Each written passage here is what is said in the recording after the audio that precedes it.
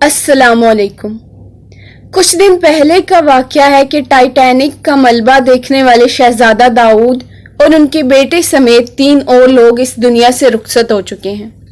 लेकिन उनके रुखसत होने के बाद अल्लाह पाक ने कुरान मजीद के ज़रिए दुनिया का एक ऐसा राज सबके सामने रख दिया जिसने तमाम के तमाम साइंसदानों के होश उड़ा दिए। इसी हवाले से हम आज की वीडियो में बात करेंगे। कुदरती तौर पर अल्लाह पाक का एक निज़ाम है कि जो इस दुनिया में आया है उसे एक दिन वापस भी जाना है।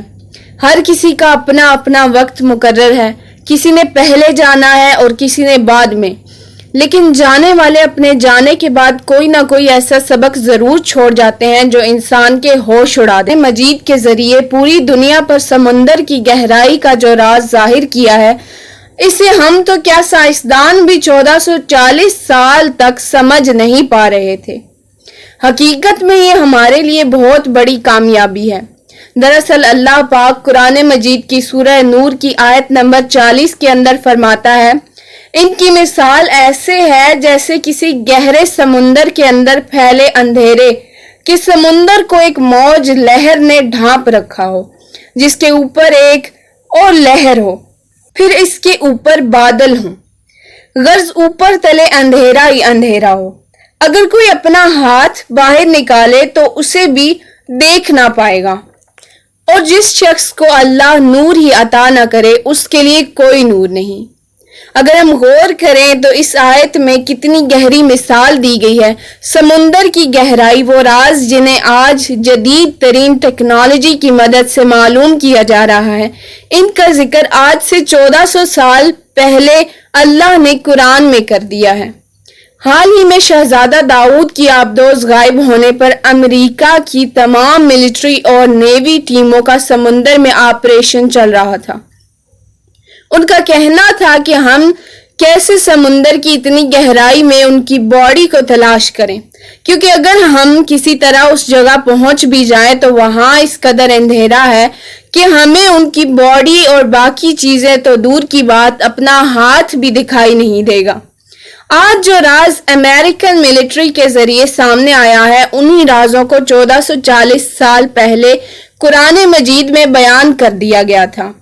यानी समुंदर पर रिसर्च करने वाले माहिरीन अब जान पाए हैं कि लहरें सिर्फ समुंदर के ऊपर ही नहीं बल्कि समुंदर की गहराई में भी मौजूद हैं, और अंदर ही अंदर जो एक के बाद एक लहर है उसमें इतना अंधेरा है कि इंसान कुछ देख ही नहीं पाता। एक रिपोर्ट के मुताबिक इंसान अब तक समुंदर की 11,000 मीटर से कुछ ज्यादा गहराई तक ही जा पाया है। इतनी गहराई तक पहुंचने के बाद इंसान सिर्फ 2 चीजों ही को देख पाता है, एक समुद्री मखलूकात और दूसरा अंधेरा। मतलब कि हर तरफ अंधेरा ही अंधेरा है। उसकी एक वजह यह भी है कि इतनी गहराई तक सूरज की रोशनी पहुंच ही नहीं पाती। रोशनी की शुआएं जब भी समुंदर में दाखिल होती हैं तो रिफ्लेक्शन के जरिए गुजरती हैं तो ऊपर के 10 से 15 मीटर के दौरान पानी के अंदर लाल रंग जज्ब हो जाता है। लिहाजा अगर कोई इंसान समुंदर में 25 मीटर की गहराई तक चला जाए और वहां किसी वजह से उसका खून निकल आए तो वो वहां लाल रंग देख नहीं पाएगा, क्योंकि लाल रंग की रोशनी समुंदर की इतनी गहराई तक पहुंच ही नहीं सकती। इसी तरह और भी मुख्तलिफ किस्म के कलर्स पानी की गहराई तक जाते जाते अपना असर और रोशनी खो देते हैं। पानी की गहराई में इस तरह कलर्स के आहिस्ता आहिस्ता गायब होने से समुंदर भी जितना गहरा होता जाता है उतना ही उसके अंदर अंधेरा छाता जाता है, और यूं तकरीबन 60,000 मीटर से ज्यादा की गहराई तक जाया जाए तो समुंदर में इस हद तक अंधेरा छा जाता है कि इंसान अपना हाथ तक न देख पाए। और कुरान मजीद में भी यही जिक्र है कि इंसान अपना हाथ बाहर निकाले तो वो हाथ भी ना देख पाए। इसलिए बगैर किसी जदीद मशीन के इस जगह पहुंचना एक इंसान के लिए नामुमकिन सी बात है, क्योंकि यहाँ पहुंचने के बाद इंसान अपने ऊपर सैकड़ों टन वजनी पानी महसूस करता है, और यही वजन इंसान की चंद सेकंड में जान ले लेता है। رپورٹ کے مطابق ایک مصری مسلمان 35 میٹر سمندر کی گہرائی میں گیا تھا۔ اس شخص کا نام گینیز بک آف ریکارڈ میں بھی لکھا گیا ہے۔ اس کے علاوہ بھی چند لوگ مشینوں کے ذریعے سمندر کی گہرائی میں گئے تھے، جہاں انہیں شدید اندھیرے اور پانی کے پریشر کے باعث اس دنیا سے رخصت ہونا پڑا۔ آپ سمندر کی جتنی زیادہ گہرائی میں جاتے جائیں گے، ٹیمپریچر بھی اتنا ہی زیادہ بڑھتا جائے گا، اور پھر ٹیمپریچر اس حد تک بڑھ جائے گا کہ انسان جگہ پر ہی برف بن جائے گا۔ یوں شہزادہ داؤد اور ان کے ساتھ جتنے بھی لوگ اس دنیا سے رخصت ہو گئے ہیں، وہ جاتے جاتے اس دنیا کو بتا گئے ہیں کہ کئی سو سال پہلے قرآن نے جو بات کہی تھی وہ سچ ہے۔ اب ہمیں یہ پتہ نہ ہونے کی بڑی وجہ یہ ہے کہ ہم لوگوں نے قرآن مجید کو کبھی تشریح کر کے پڑھا ہی نہیں ہے۔ ہم صرف رٹا لگا کر عربی پڑھ لیتے ہیں۔ ہمیں پتہ ہی نہیں کہ اس عربی کا مطلب کیا ہے، اس میں لکھا کیا ہے، اور قرآن ہمیں کیا سمجھانے کی کوشش کر رہا ہے۔ اب اگر امریکن سائنٹسٹ کی جگہ کوئی مسلم سائنٹسٹ اس بات کو ثابت کرتا کہ دیکھیں ہماری مقدس ترین کتاب میں جو بات 1440 سال پہلے بتائی گئی تھی وہ آج سچ ثابت ہو گئی ہے، انہیں چاہیے کہ یہ آگے ہوں اور دنیا کو بتائیں کہ حقیقت کیا ہے۔